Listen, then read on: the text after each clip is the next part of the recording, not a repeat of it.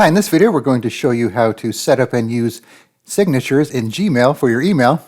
So when you do a new email, by default it's just blank, two lines, subject line, and the body, and you just type in whatever you want, add your attachments, add pictures, and so on. So to add a signature, you need to go to your settings, see all settings, and then under the general section, look for signature. So I have one configured here, just a basic signature. Then I could click on it to edit it if I want to change the name, or I could edit it right from here if I want to make this bold, for example, or change the color, say red, like that, or the highlight, I should say, in this case.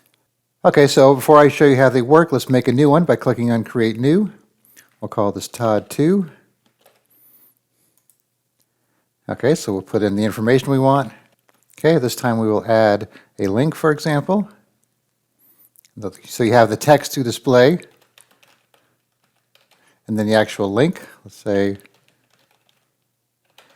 I don't think that's a real address, so hopefully not. Click OK. You could also do an email address if you want. And you could also test the link from here. So now we have that with the text that we put into display on it. And then we could also add a picture if we want, from a URL from my drive or upload. Let's just put in some cookies. So we're just making stuff up as we go along here. So obviously you could change it to small here. Let's put it down on a line like so. So the key here, once you add or edit a signature, you have to come down to the bottom and save changes. Okay, so now we're back on our inbox here. So let's go to Compose. And so now let's say we're going to type in a message to somebody. Let's say to Cindy.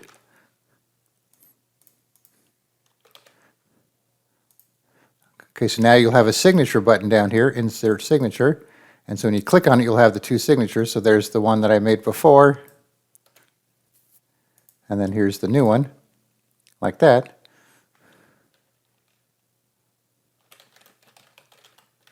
And then you could send it off. And now when we go to the other person's email here, okay, so here's the email with the signature right there. Then you can see we have clickable links as well in the signature, and we have our picture. Okay, so one other thing you could do from the signatures, if you go back to the settings here, you have some options here. So if you don't check this box, I'll show you what happens here. So this box here, insert signature before quoted text and replies, and remove the dash dash.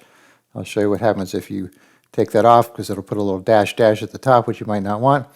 And then you have, for new emails, you could pick signature, and then for replies, you could pick another signature. So we'll test them both out here. So for new emails, we'll use Todd1 signature. For replies or forwards, we'll use Todd2, and we'll uncheck that option. Make sure to save. Okay, so now we go to Compose again. You can see it uses the Todd1, and it puts the little dot dot, kind of like a separator between what you're going to type in and the signature. So it's up to you if you want to check or uncheck that box. So let's discard this. Okay, now we'll go here, and we will, let's say we'll forward this one. Now you can see it has the Todd2 signature in there automatically, so I didn't have to go in here and place it in there. So you could delete this if you wanted to, and then add it manually if you wanted to do that as well. So you can see it's pretty simple to set up multiple signatures and then decide how they're used, if you want to insert them manually, if you want to assign them to new emails or to replies and forwards, so that way you could have different signatures for each one. So once again, settings, see all settings.